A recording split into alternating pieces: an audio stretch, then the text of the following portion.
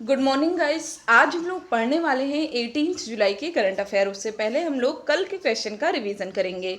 तो देखते हैं हमारा कल का पहला क्वेश्चन क्या है।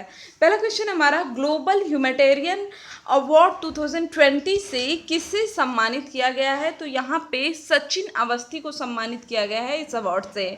नेक्स्ट है हमारा, बीसीसीआई ने पिछले हफ्ते राहुल जौहरी का इस्तीफा स्वीकार करने के बाद किसको बीसीसीआई का अंतरिम सीईओ नियुक्त किया है।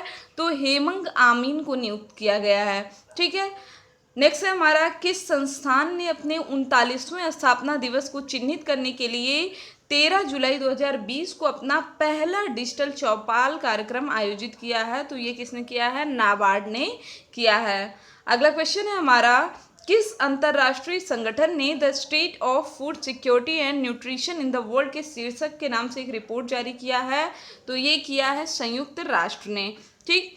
अगला क्वेश्चन है हमारा, ब्लूमबर्ग बिलियनियर्स इंडेक्स के अनुसार कौन सा भारतीय दुनिया का छठा सबसे अमीर व्यक्ति बन गया है। तो मुकेश अंबानी बन गए हैं दुनिया के छठे सबसे अमीर व्यक्ति। अगला है हमारा, शुद्ध का फुल फॉर्म क्या है, smartphone operated handy ultraviolet disinfection helper. ठीक है। तो इस उपकरण का विकास किस आईआईटी ने किया है। तो इसका विकास किया है आईआईटी कानपुर ने। ठीक। नेक्स्ट है हमारा, कि कौन सा राज्य प्रधानमंत्री स्ट्रीट वेंडर्स आत्मनिर्भर निधि, जिसे हम लोग पीएम स्वनिधि के नाम से जानते हैं, योजना को क्रियान्वित करने में शीर्ष पर है। तो मध्य प्रदेश सरकार इसमें शीर्ष पर है। अगला क्वेश्चन हमारा, कि मध्य प्रदेश वन विभाग की नवीनतम डॉल्फिन जनगणना रिपोर्ट के अनुसार 425 किलोमीटर लंबे राष्ट्रीय चंबल अभ्यारण्य में कितने डॉल्फिन बची हैं। तो 68 डॉल्फिन बची हैं। फिर हमारा विश्व युवा कौशल दिवस किस दिन मनाया जाता है, 15 जुलाई को। और ब्रिटेन के राजदूत कौन है, गायत्री आई कुमार है ब्रिटेन के राजदूत। अगला क्वेश्चन है हमारा, जो कि हमारा आज का पहला क्वेश्चन है, कि केंद्रीय स्वास्थ्य मंत्रालय ने हाल ही में किस बीमारी की पहली स्वदेशी वैक्सीन को मंजूरी प्रदान किया है। ठीक है। तो यहाँ पे ऑब्वियस सी बात है, कोरोना का तो होगा नहीं, क्योंकि मैंने अभी आपको पढ़ाया था कि ह्यूमन ट्रायल करने वाला देश कौन सा है पहली बार। तो ये है रशिया। ठीक है। तो अभी ये वैक्सीन कोरोना का नहीं है, लेकिन लक्षण कोरोना जैसे ही इसमें भी होते हैं। ठीक है। तो ये है निमोनिया। निमोनिया दिवस कब मनाया जाता है, 12 नवंबर को मनाया जाता है निमोनिया दिवस के रूप में। और अभी इसकी वैक्सीन को लॉन्च किया गया है। किसने किया है, drug controller general of India ने पुणे में स्थित serum institute of India private limited द्वारा निमोनिया के लिए पहली पूरी तरह स्वदेशी तकनीक से विकसित की गई न्यूमोकोकल पॉलीसैकेराइड कॉन्जुगेट वैक्सीन को मंजूरी दे दिया। ठीक है। यह वैक्सीन शिशुओं में स्ट्रेप्टोकोकस निमोनिया के कारण होने वाले आक्रामक रोग व निमोनिया के खिलाफ सक्रिय टीकाकरण के लिए उपयोग की जाएगी। ठीक। निमोनिया के क्षेत्र की बात करें तो यह पहला स्वदेशी रूप से विकसित वैक्सीन है। पहले इस तरह की वैक्सीन की मांग देश में लाइसेंस प्राप्त आयातकों द्वारा काफ़ी हद तक पूरी की जाती थी, क्योंकि वैक्सीन निर्माता कंपनियां भारत से बाहर स्थित थी। ठीक है, याद रखिएगा इसको। अगला क्वेश्चन है हमारा, 2022 यूथ ओलंपिक। देखिए, ये तो यूथ ओलंपिक है, इसके अलावा 2020 में होने वाला था ओलंपिक गेम, जो कि पोस्टपोन होके कब हो रहा है। ठीक है। तो ये दोनों ओलंपिक गेम हमारा होगा 2021 में होगा। ठीक है। और यहाँ पे यूथ ओलंपिक की बात हो रही है, तो इसको स्थगित कर दिया गया है 2026 तक के लिए, 4 सालों के लिए इसको स्थगित कर दिया गया है। हालांकि बाकी जो गेम है उनको ज़्यादा से ज़्यादा 1 साल से 2 साल के बीच में स्थगित किया गया है, लेकिन इसको गेम जो है इसको 4 साल के लिए स्थगित कर दिया गया है। होना कहाँ था, तो डकार में ये होना था। ठीक है। युवा ग्रीष्मकालीन खेल अफ्रीका में आयोजित होने वाले पहले ओलंपिक गेम होंगे। ओलंपिक की शुरुआत कब हुई है, तो 1896 में इसकी शुरुआत हुई थी ग्रीस की राजधानी एथेंस से। और जो हमारा अगला ओलंपिक होगा वो कहाँ होगा, 2024 में पेरिस में होगा। इसके बाद 2028 में लॉस एंजल्स में। और इसके अलावा जो अभी अपकमिंग में है वो कहाँ होगा, वो 2021 में जापान के टोक्यो में होगा। अगला है हमारा, रेल मंत्रालय ने कब तक भारतीय रेल को ग्रीन रेलवे में बदलने का लक्ष्य रखा है? तो 2030 तक इसको ग्रीन रेलवे में बदलने का लक्ष्य रखा है। और उसमें करना क्या होगा? नवीकरणीय ऊर्जा का प्रयोग करना होगा।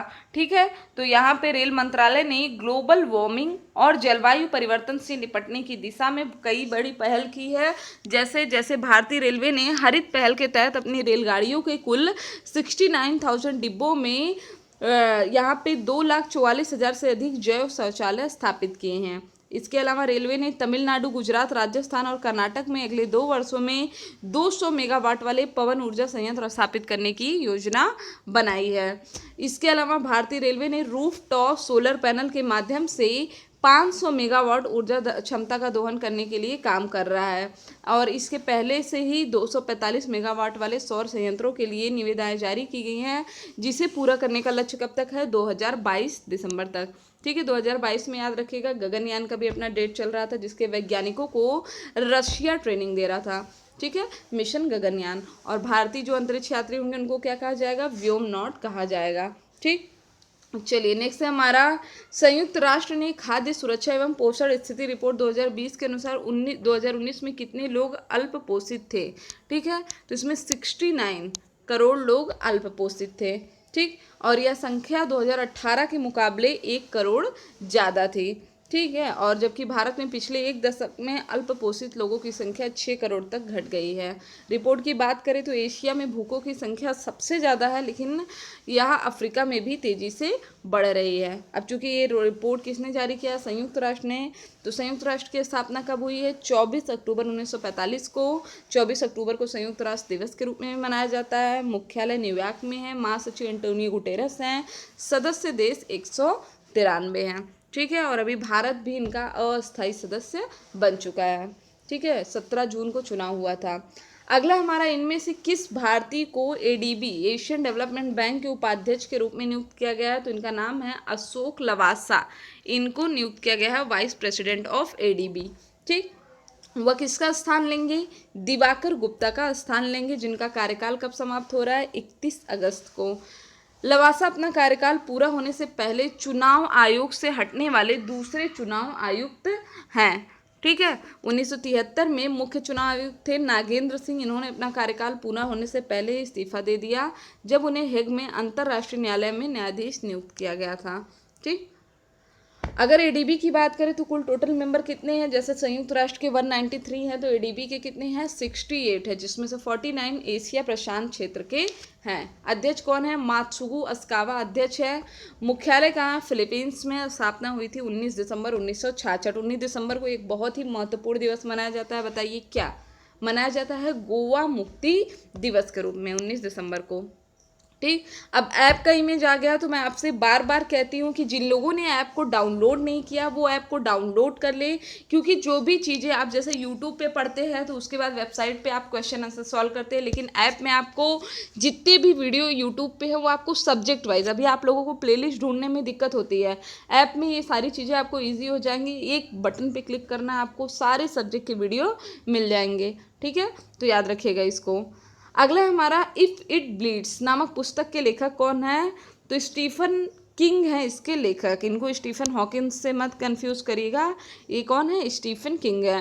और इनकी 4 कहानियों का संग्रह नामक की एक नई पुस्तक है इफ़ इट ब्लीड, इसका विमोचन हुआ है। ठीक, यह पुस्तक जो है ये अल्बर्ट मैकडर्ड मिडिल स्कूल के पास रखे बम पर केंद्र है। यह उनकी सर्वश्रेष्ठ फिल्म द आउटसाइडर की अगली कड़ी है। ठीक है, अगर हम लोग बात करें तो किंग सबसे प्रतिष्ठित समकालीन लेखकों में से एक हैं और साल 2014 के नेशनल मेडल ऑफ आर्ट्स के प्राप्तकर्ता भी रहे हैं। और ये चर्चा में क्यों है? ट्रांसजेंडर समुदाय का समर्थन करने के लिए ये चर्चा में है। और अगर इसकी बात आ गई है तो याद रखिएगा कि अब सेना में भी ट्रांसजेंडर समुदाय को जगह दी जा रही है। ठीक है, भारतीय सेना की बात मैं कर रही हूँ। ठीक, अगला हमारा, भारत की पहली संपर्क रहित कार पार्किंग किस एयरपोर्ट पर बनाई गई है? तो हैदराबाद एयरपोर्ट, तेलंगाना। हैदराबाद आप सभी ने सुना होगा, चार मीनार हमारे यहीं पे है। ठीक है, तो यहाँ पे जीएमआर हैदराबाद इंटरनेशनल एयरपोर्ट ने कोविड-19 के बीच सुरक्षित हवाई अड्डा प्रदान करने के लिए पहली पूरी तरीके से संपर्क रहित एयरपोर्ट कार पार्किंग शुरू किया है। ठीक है। पार्किंग का भुगतान सीधे प्रीपेड खाते से linked reloadable electronic radio frequency identification tag का उपयोग करके किया जा सकेगा, जो कि पार्किंग शुल्क के स्वचालित भुगतान को सक्षम बनाएगा। अगला हमारा, हाल ही में केंद्रीय मानव संसाधन विकास मंत्रालय ने डिजिटल शिक्षा हर जगह हो रहा है। जैसे मध्य प्रदेश ने हमारा विद्यालय करके स्कीम चलाया था कि हाँ, जो भी हमारे यहाँ बच्चे हैं, क्योंकि शिक्षा पे बहुत असर पड़ा है। देखा जाए तो शिक्षा जॉब पे तो पड़ रहा है, लेकिन शिक्षा में बिल्कुल बहुत ही बुरी तरीके से इम्पैक्ट हुआ, चाहे टीचर हों उनके लिए भी प्रॉब्लम हो गई है, ठीक है, और स्टूडेंट जो हैं उनके लिए भी, ठीक, क्योंकि क्या है, स्कूल एक अनुशासन में रखता है, ठीक है। तो अभी यहाँ पे प्रज्ञाता नाम से एक दिशा निर्देश जारी किया गया है, जिसमें यहाँ पे दिशा निर्देश दिए जा रहे हैं कि कैसे हमें एजुकेशन कराना है कोविड-19 को मद्देनज़र रखते हुए। और इसमें 8 चरण रखे गए हैं। एक तो प्लानिंग, उसके बाद रिव्यू, अरेंजमेंट हो गया, गाइड हो गया, टॉक, असाइन, ट्रैक, अप्रिशिएशन।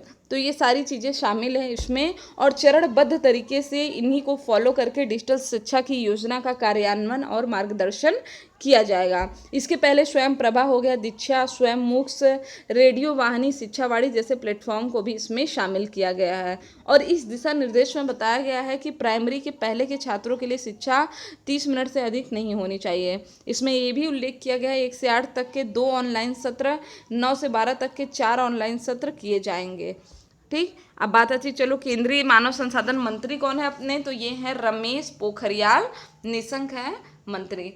अगला हमारा, किसे infra business leader of the year के पुरस्कार से सम्मानित किया गया है, तो इनका नाम है वेद प्रकाश दुदेजा, ठीक है। तो 2020 के प्रतिष्ठित इस अवार्ड से इनको सम्मानित किया है।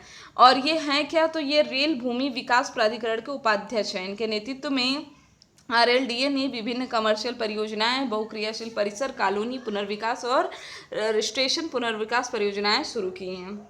अगला हमारा, हाल ही में नीला सत्यनारायण का निधन हुआ है। वे किस राज्य की पहली महिला मुख्य चुनाव आयुक्त रही हैं, तो महाराष्ट्र की रही हैं, ठीक है। इनका निधन हो गया 2014 में। जब ये सेवानिवृत्त हुई तो उन्होंने 150 से अधिक गाने लिखे। इसके अलावा मराठी फिल्मों के लिए संगीत भी इन्होंने तैयार किया। दूसरे चुनाव आयुक्त की तरह अपने करियर में कई चुनौतियों का इन्होंने सामना किया है, ठीक, याद रखिएगा। तो ये थे हमारे आज के इंपॉर्टेंट क्वेश्चन। आई होप कि आपको वीडियो अच्छा लगा होगा। वीडियो अच्छा लगे तो चैनल को सब्सक्राइब करें, शेयर करें और लाइक करना ना भूलें। Thank you friends, thank you so much.